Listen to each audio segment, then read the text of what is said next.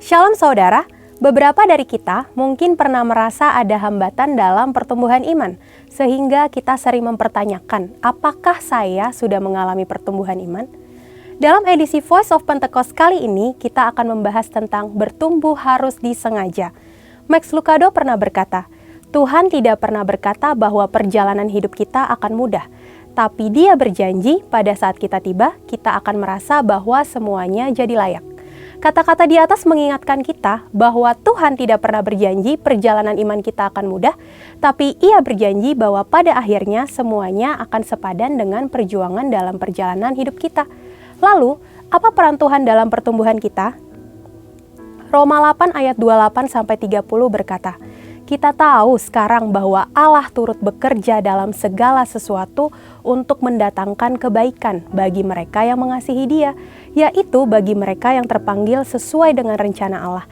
Sebab semua orang yang dipilihnya dari semula, mereka juga ditentukannya dari semula untuk menjadi serupa dengan gambaran anaknya, supaya Ia, anaknya itu menjadi yang sulung di antara banyak saudara, dan mereka yang ditentukannya dari semula, mereka itu juga dipanggilnya, dan mereka yang dipanggilnya, mereka itu juga dibenarkannya, dan mereka yang dibenarkannya, mereka itu juga dimuliakannya.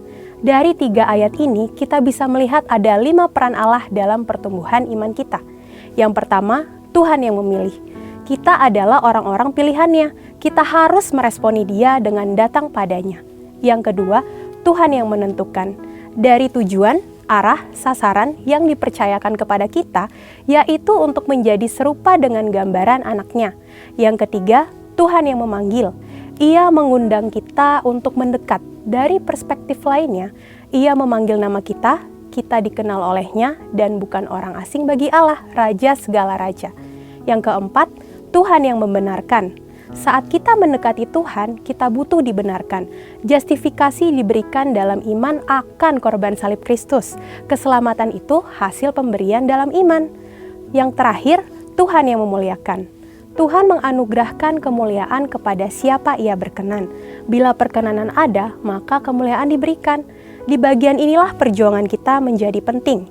Dalam hidup ini, kita juga harus bekerja sama dengan Roh Kudus dalam pertumbuhan iman kita. Roh Kudus yang adalah roh kemuliaan diberikan kepada orang percaya. Bukan hanya untuk memberikan kuasa menjadi saksi, tetapi Roh Kudus yang memampukan kita untuk mematikan perbuatan-perbuatan daging orang percaya. Selain mematikan perbuatan daging kita, Roh Kudus juga menyertai di dalam berjuang menanggung penderitaan sebagai orang Kristen. Apa saja sih perjuangan kita sebagai orang percaya? Yang pertama, berjuang melawan dosa. Contohnya, penipu yang tidak menipu lagi, pembohong yang berjuang untuk jujur. Yang kedua, berjuang melawan keinginan daging. Contohnya, tidak membeli barang sel yang tidak perlu, melawan godaan gengsi. Yang ketiga, berjuang melawan keinginan dunia. Contohnya, tidak menggunakan cara-cara dunia untuk mencapai tujuan, tidak harus kaya untuk sukses. Yang terakhir, berjuang karena menderita atas nama Tuhan. Contohnya, siap dijauhi oleh orang lain karena hidup dalam kebenaran. Siap menderita karena nama Kristus. Kita percaya dengan penyertaan dari Roh Kudus, kita mampu untuk berjuang menanggung penderitaan-penderitaan tersebut. Karena ketika kita memilih untuk menjadi Kristen, sudah otomatis kita juga akan memikul salib Kristus. C.S. Lewis pernah berkata, jika Anda menginginkan sebuah agama yang membuat Anda merasa nyaman, maka saya sangat tidak menganjurkan kekristenan.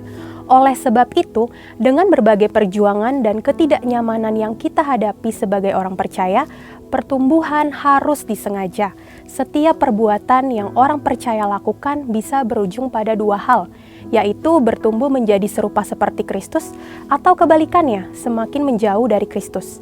Saya berdoa bahwa kita semua bersepakat dengan Roh Kudus untuk mau bersama-sama diubah menjadi serupa dengan gambarnya dalam kemuliaan yang semakin besar.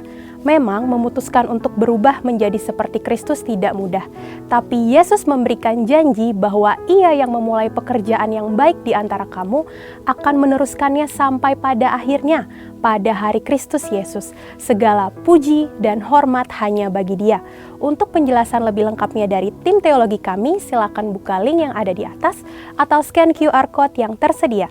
Maranatha, Tuhan Yesus memberkati kita semua.